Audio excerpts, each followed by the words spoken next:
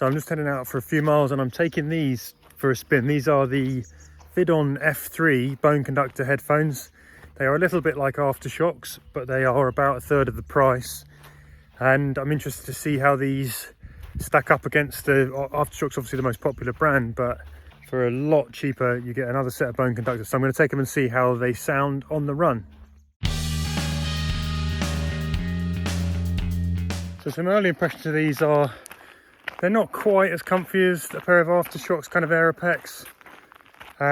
It's they're a little bit tighter. The band isn't quite as big around the back, so if you've got a big fat head like me, it pulls a little bit here. It's not quite as much space, but the same vein, they don't move forwards, so there's no sort of forward shuffle on the bone, on the cheekbones, but you can see they sit a bit further back maybe than really a set of AfterShokz might.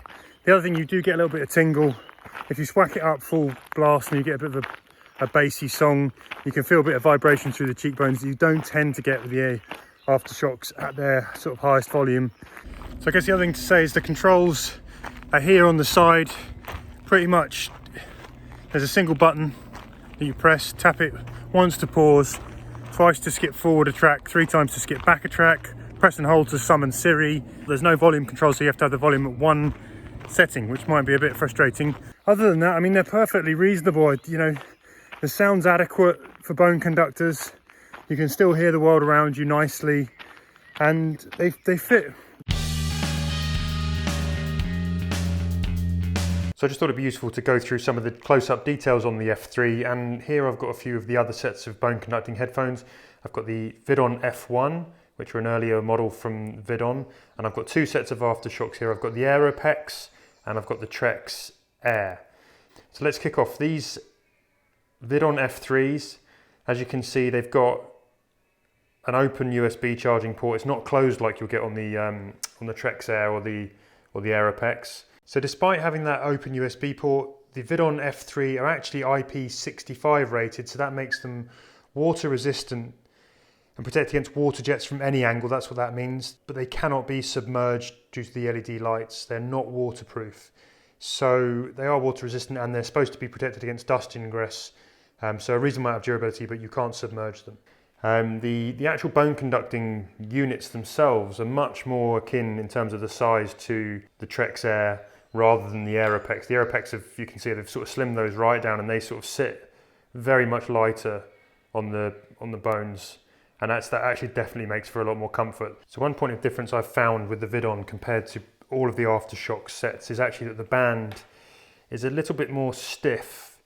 So the flex around these, when they're sort of clamped onto your head, these sit a little bit tighter and it's a little bit less comfortable. The Trex Air and the Aeropex, they're just a little bit looser, and there's just a bit more flex there you can see in the bands than you get with these, which have got quite a rigid, there's not much movement there. So let's run through some of the other key specs on the Vidonn F3.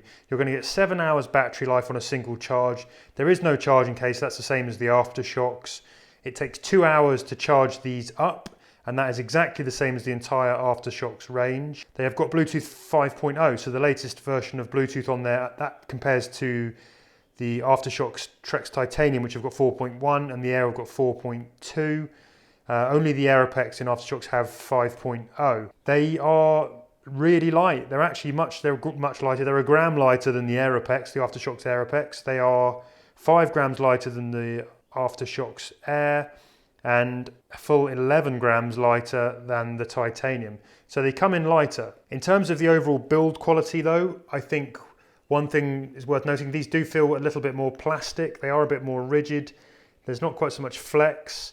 You can see there is a slight difference here with the build quality. You get a nicer kind of soft silicone finish on the Trex Air and also on the Aeropex than you do on the Vidonn. You are going to get a slightly cheaper set of headphones here. There is no doubt about that in terms of the quality of the materials, in terms of the feel, and I think in terms of even the casing on the units. But they do feel relatively robust. Aside from that plasticky feel, it doesn't really necessarily feel there's too much to choose. It's not a huge leap anyway.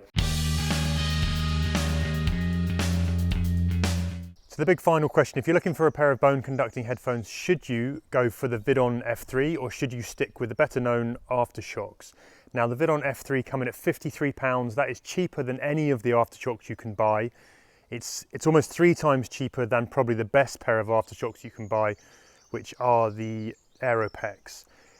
But they kind of stand up okay in terms of quality. There is one big kind of drawback, and that is that these Vidonn F3 will be coming via Amazon, and they will be coming from China, and you probably don't have much recourse in terms of customer service should they go wrong. We haven't tested them over a long period of time, and we can't kind of speak for their sort of 6 months, 12 months durability. So there may be an issue that it is a bit of a risk if you're going to go for these. But having said that, for £50, you could buy 3 of these for 1 pair of the Aeropex. So basically, it's a little bit of a gamble, but if you're really on a budget, then these are absolutely worth a look.